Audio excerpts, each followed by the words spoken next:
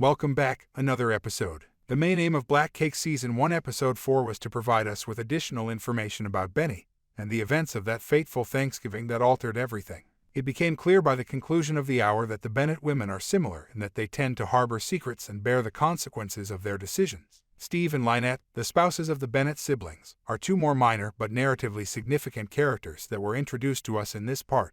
We learned enough about Covey that it was only logical for the plot to take a different turn in order to further develop and establish the Bennett siblings. There's still a distance to Benny even after we dig deeper into her background to learn more about how she connects, not to mention Adrienne Warren's powerful emotional performance. In addition, there's a grating aspect to the character. Instead of revealing a compelling person with a sympathetic background, what most likely would have been revealed was a petulant woman who was occasionally an unreasonable and highly sensitive person. Benny is really annoying, but Warren is incredibly expressive and handles a lot of emotionally charged sequences quite effectively. As a character, she was more engaging when she was responding to discovering more about her parents' past. But exploring her own only served to irritate this immature girl, who never learned to speak like an adult and lived to regret it. It is not unusual for children to feel very differently about their upbringing and family dynamics than other children do. Nobody that I know of doesn't have some doubts about how they see themselves in relation to other members of their family. Though it was inexplicable, Benny Bennett's casual victimization within the Bennett family for not feeling understood and her subsequent abandonment of them for 8 years did not endear the character to us. She frequently talked about being afraid of her family's judgment and acknowledged that she was an outcast, and she also had a legitimate fear of coming out as queer to her parents, something she should have done at her own pace when she felt ready, but she hurried because of her relationship with Joni. It made sense that she would be anxious about inviting Joni to Thanksgiving dinner, and she was naturally wary of her father's thoughts regarding her sexual orientation. Furthermore, there were a few subliminal clues that brought Bert's emotions on the subject to light. It also seemed clear that no matter how long it took him to accept his daughter's sexuality, his love for her would always come first. He and Alina Bennett, who were presumably still getting used to the news, greeted Joni with ease and expressed genuine support for this move. They were doing well overall. Joni found them to be perfectly polite and welcoming, and they never once suggested that they should limit their PDA. But somewhere along the line, an argument broke out, and Benny began to act like a little child having a fit at the dinner table. It's unfortunate that Bert and Alina encouraged Benny to pursue other endeavors rather than pursuing her dream of being an artist. Furthermore, no other parent would have taken this action. When someone decides to pursue a career in the arts, it's such a typical move that it scarcely seems like it could cause a rift lasting over 10 years. Bert's complaints are understandable if he was paying for all of Benny's pursuits and studies, only for her to never finish any of them or go on to something else. It probably wouldn't have hurt to complete culinary school, for example, to have a fallback or something to support herself while she was doing art, even if Benny had intended to pursue painting.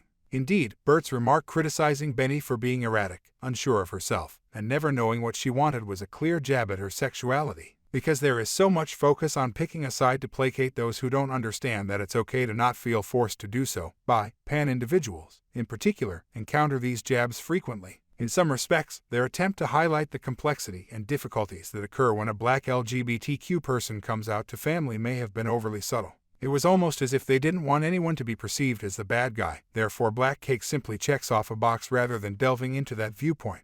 Unfortunately, Bunny believed that there was more at stake and that the story remained unexplored. However, it was easy to comprehend Bert's viewpoint as an immigrant and father who is aware of how difficult it was for him and Alina to begin a new life together in a foreign land. Benny never said anything he didn't mean to say. She yelled at Joni for making her out to be herself to her parents, as if that cleared up any confusion about how the lack of ownership or accountability applied to that unjustified blow-up with her father. She then left the unfortunate woman there to find a way back home. She reacted to everything with such infantile abandon. It cost her years with her father and mother, as well as a connection with a gorgeous woman who loved her and wished for the best for her. I apologize, but after learning more about Benny Bennett's journey from her loving family, I was unable to feel sorry for her. She didn't see how little their problems had to do with her sexuality, and how much they revolved around character defects that she needed to work on. Instead, she lost out on 2 years of time with her father before he passed away because she believed he was homophobic and treated her badly. At first, at least, it wasn't all that strange that Benny would fall so quickly for a well-known artist who affirmed her as a woman and an artist.